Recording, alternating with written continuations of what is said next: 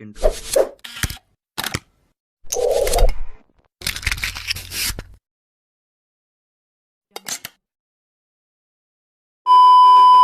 Okay guys, what's up? So andito ulit si Sir B to discuss the last chapter for this subject. So ang chapter na to, ang pamagat niya sa libro is the force system in space. Okay, so under this chapter, under this lesson, meron tayong dalawang fundamental concept na kailangang alalahanin. So uno dito is yung pagkuha ng component of a force. So before kasi, yung ating discussion is under a coplanar force system. So when we say coplanar, so ito is yung pinag-usapan natin is x and y axis lang. But this time, under the spatial force system, siya ay magkaaroon ng panibagong axis which is the z axis. If you imagine mo na lang, so before kasi naka lang siya, x and y axis or flat lang siya. But this time, there's another axis na i-consider which is the z. So yung z axis, imagine mo na lang, ito yung axis na papunta sa'yo or papalabas sa'yo. Ano? Okay, so aside from that, kailangan din nating balikan o alalahanin yung moment of a force. So yung pagkuha ng moment. So di ba ang moment lang naman, fundamental concept lang na kailangan nating alalahanin sa moment is this is the product of the force multiplied by its perpendicular distance. So yun lang naman yung kailangan yung tandaan dun sa moment of a force.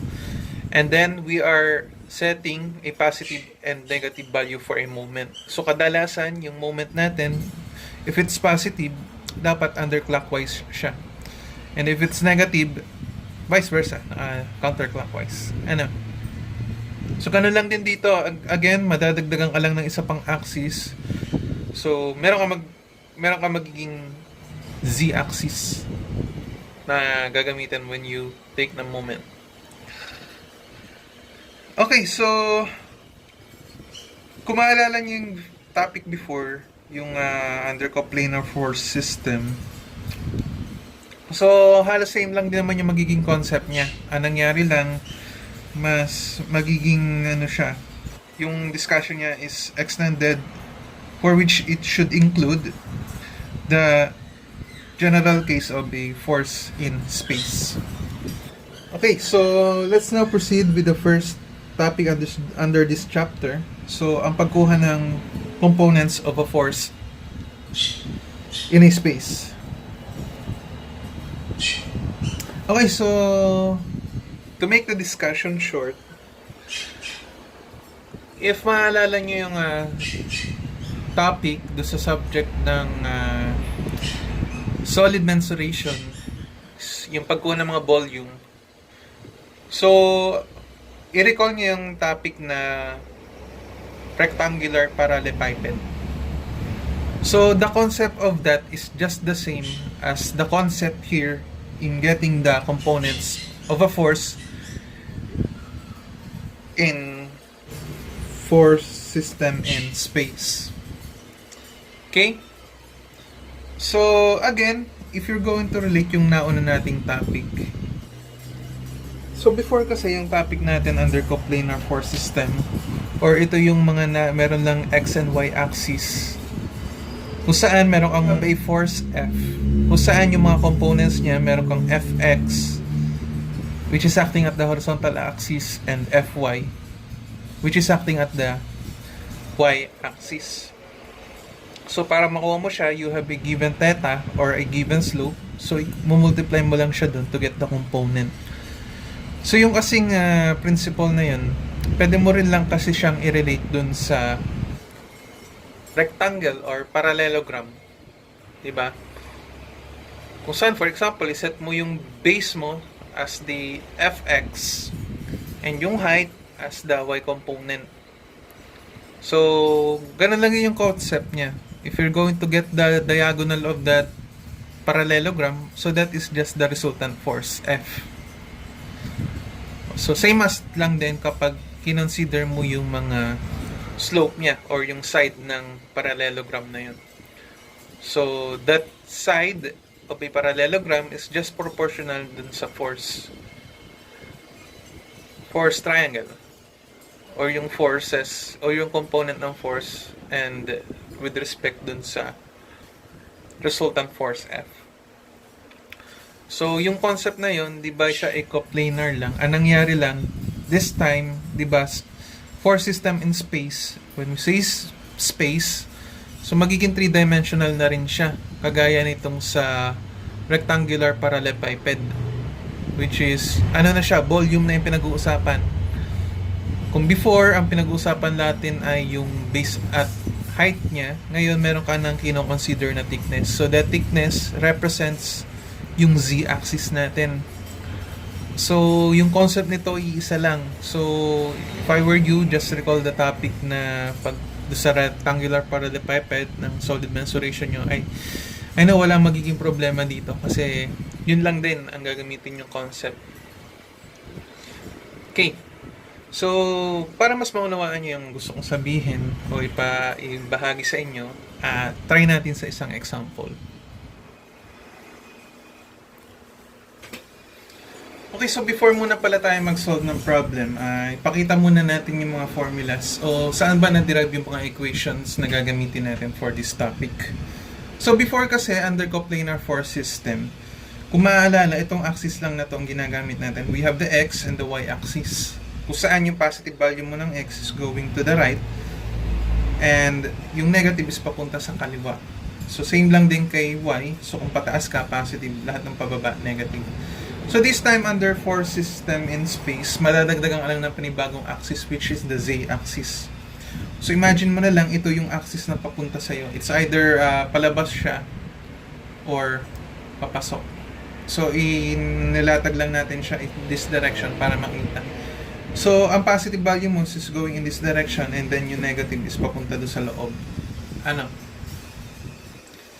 Okay, so ano ba yung sinasabi natin dito sa force system in space? So, ang unang topic natin is yung pagkuha ng mga components o the three mutually perpendicular components of a force. So, imagine nyo na lang guys, meron ka ditong force F acting in this direction.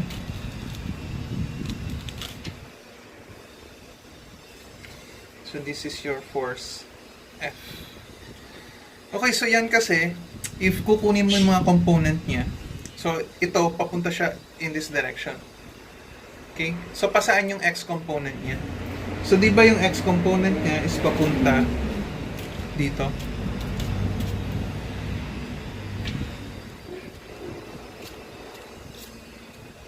Okay, so I will label this as my fx. Yung fy niya will be going in this direction. So, positive.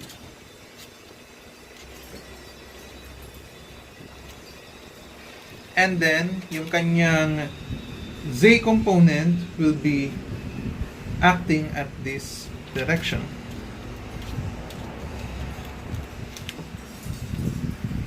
So, I will label that as fz. Okay. So, yung fx mo kasi, pwede kasi ang mangyari dyan, ito, ilipat mo siya dito.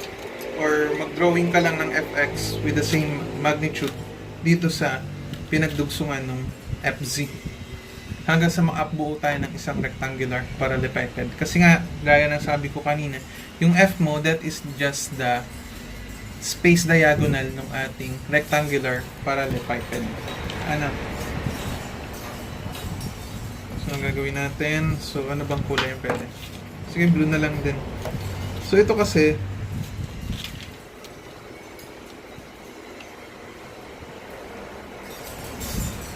this is also si fx mo. And then, if you're going to draw here,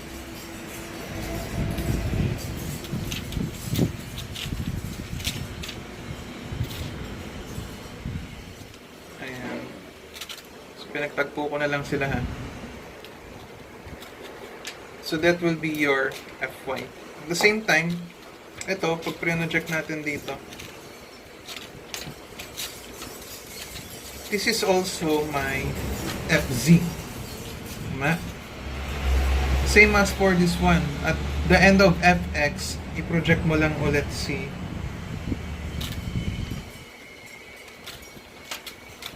fy.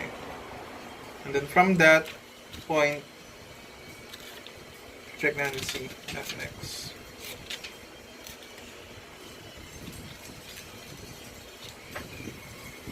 Okay? So fz, dito ganun lang din. And so as for this one, you have here fy. And dito, you have also here. So I hope nakikita nyo na yung nabubuo natin, ano. And here we have fc. So makikita nyo nakabuo tayo ng isang rectangular parallelepiped. Ayan, box yan, kahon. So ibahin na lang natin yung kulay ng f para mas makita siya.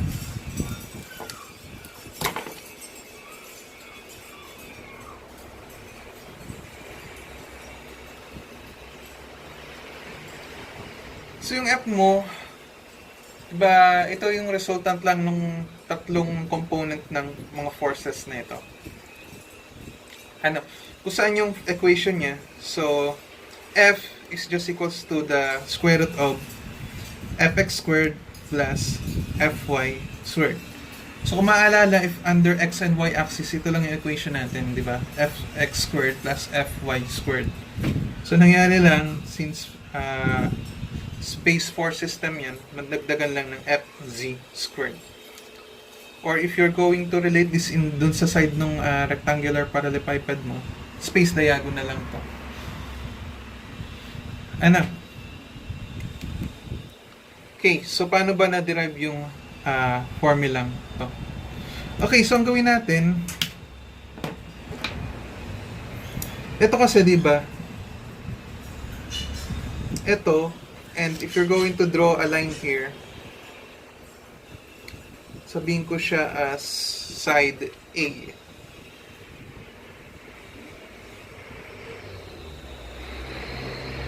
So, di ba ito si A, ito si Fy, and ito si F. So, ito, naka 90 degrees siya dito eh.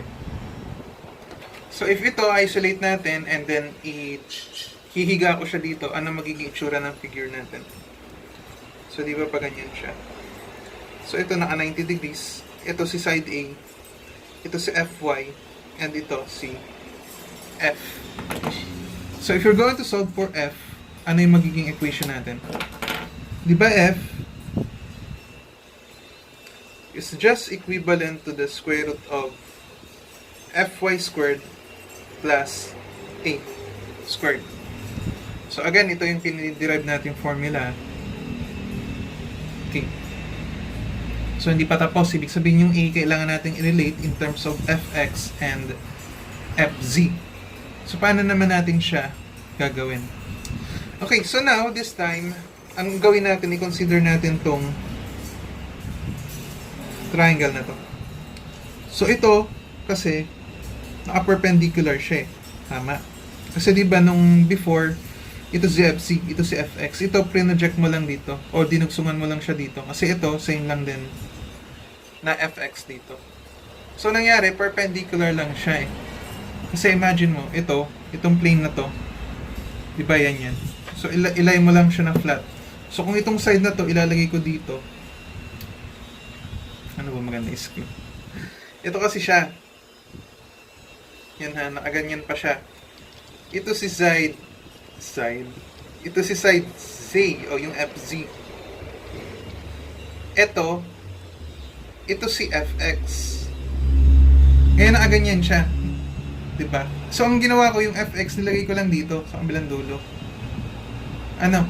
So, ito, FX din to. So, kung ihihiga mo siya ng ayos para mas makita mo, diba ito, perpendicular lang dito. Ito lang din siya, kaya ito 90 degrees lang din. I hope na gets yung sinasabi ko. Kasi ito, nakakalito lang sa una, pero pag inanalyze mo, inimagine mo, pagalingan lang ito mag-imagine eh. So sabi ko nga doon sa mga estudyante ko, dapat lamang yung mga lalaki. Kasi sa gagaling mag-imagine ng mga yan, dapat ano talaga. Pero, syempre, hindi rin naman nagpapatalo ang babae kasi minsan naman nag-i-imagine din yung mga yan. Ano? So, ayun. So, ito, gawin ulit natin. Balik tayo dito. Ayan na, ito, iniga ko lang dito. So, ito ZFC, si FX, and ito si A. Again, ito yung perpendicular, ito yung point O. So, nakita sana ha, ginanong ko lang eh. Ano? So, this time, yung A mo will be the hypotenuse. So, the equation will be A squared is equals to Fx squared plus, diniretso ko na, hindi ko na in-square root ha.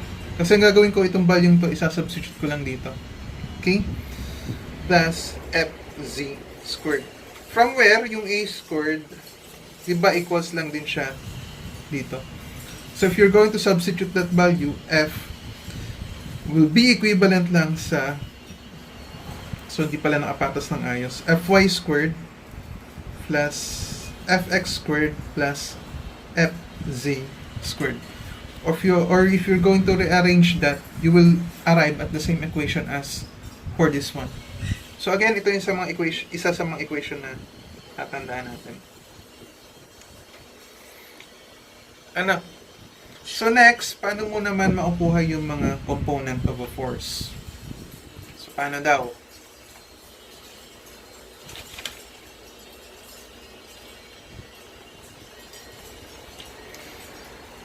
Okay. So ito kasi, di ba ito yung side F mo? And ito si Fx. Okay? So, just take note ha. Yung F mo lagi, di ba ito naman lagi yung hypotenuse mo? So, this will be always the longest side compared dito sa Fx. Nagmukha lang mas mahaba kasi itong si Fx dito kasi nga naka 3-dimensional tong F. So, ito kasi nakahiga lang na ganyan. Itong F, nakaganyan siya. So, though mukha siya maikli, pero take note na naka-incline siya na pa ganyan. Mas mahaba pa rin to. Ano?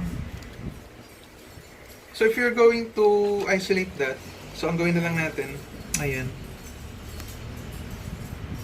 So, kunin ko tong triangle na to. Ano? Space for system. So, nakaganyan lang siya. Ngayon, ihiga ulit siya. Ano? Kung saan yung angle na nabuo ng dalawa, that will be your theta x. So, nung iniga mo siyang ganyan, ang na-produce mong figure is ganito. So, pangalan na natin to. So, kung ito si A, gawin natin tong B. Ito si B. Ito si origin or point O. Ito si Fx. And ito si F. From where ito si theta x. So, yung Fx, para makuha mo siya in terms of F and yung theta x, anong trigonometric function yung gagamitin natin? Okay, tama. So, that will be cosine. Or, cosine of theta x is equals to Fx whole over F. Or in short, yung Fx mo is just equals to F cosine of theta x. So, this one again. So, yung mga susunod naman, kamukha lang din naman ito.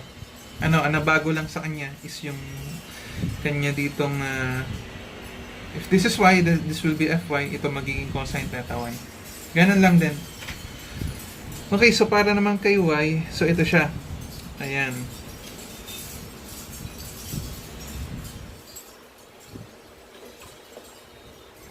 So, if this, pangalan natin to as side C. So, again, ito yung mas mahaba dapat na side. Ano? So, mangyayari lang. Okay. So, ito si FY. Ito si F. And then, ito si side C. Hiniga ko lang ha. Again, ito nakakalito lang ng kaunti pero once na nasanay ka, magigets mo kung paano siya naupo. Ito yung magiging ano natin, theta y. So, kung ilalagay mo siya dito, ito si theta y. So, ganun lang din. So, paikutin mo lang ito, tagilid mo yung ulo mo. So, ganun din, trigonometric cosine din. So, cosine of theta y is equals to fy all over f. So, when you solve for fy, so that is just f cosine of theta y. So, again, meron tayong isa pang formula. Ito. So, ilan na isasolve mo? Isa, dalawa. And then, dagdagan pa natin ng isa. This time, para naman dun sa z. So, ito, di ba? fz. Ito cf. Again, yung f natin, yun lang ang tandaan nyo. Lagay yung f, that will be the hypotenuse of the longest side. And then ito, idugsong mo lang dun. So, pangalan natin to sa as side D. So, ito yung theta z nya. Ayan. Theta z. Okay, so ang gawin mo, ganun siya, ihiga natin dito. Or ang mangyayari sa kanya, ayan.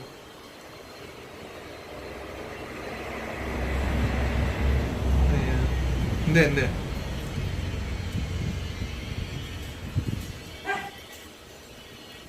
So, ano ba yung sasabihin?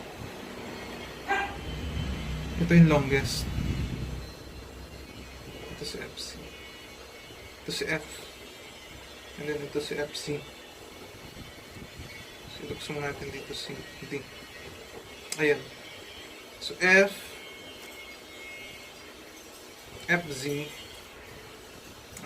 And then this is your theta Z. Okay, so ganun lang. Ulit. Mawawala ng tintay. So, cosine theta Z is just equals to FZ all over F. Okay, so ano siya? So fz mo will be just equals to f and cosine theta z. Okay, so far we have now 4 equation. Next to this is yung ating same concept lang din siya ng similar triangle. So, kung maaalala nyo, yung ratio and proportion, yung nag-RNP tayo, similar triangle, o gumagamit tayo ng slope na tinatawag. Ang mangyayari lang dito, ang sabi kasi dito sa libro, so, ang sabi ni Singer, mga ba ang author nito? Si Singer. Iniisip ko kasi yung sa deformable, dalawa kasi yung sa isa, kasama si Pythel. Hindi pala dito sinali si Pythel. Siguro hindi pa sila magkaalala ng panahon na to. So, nagka-developan sila. Sinulat nila yung libro na Strength of Materials. Ba't ba kasi nagkaalala pa yung dalawang okay. So, balik tayo. So, ang sabi niya dito, saan yun? Maganda yung nabasa kong yun eh. Okay, so ito. So, dun sa page 145, pang ilang sentence siya? Isa, dalawa, tatlo. So, dun sa pangatlong sentence sa taas, sabi niya dito, consequently, the components of a force are directly proportional to the components of the distance d, separating 2 points on the line of action of the force.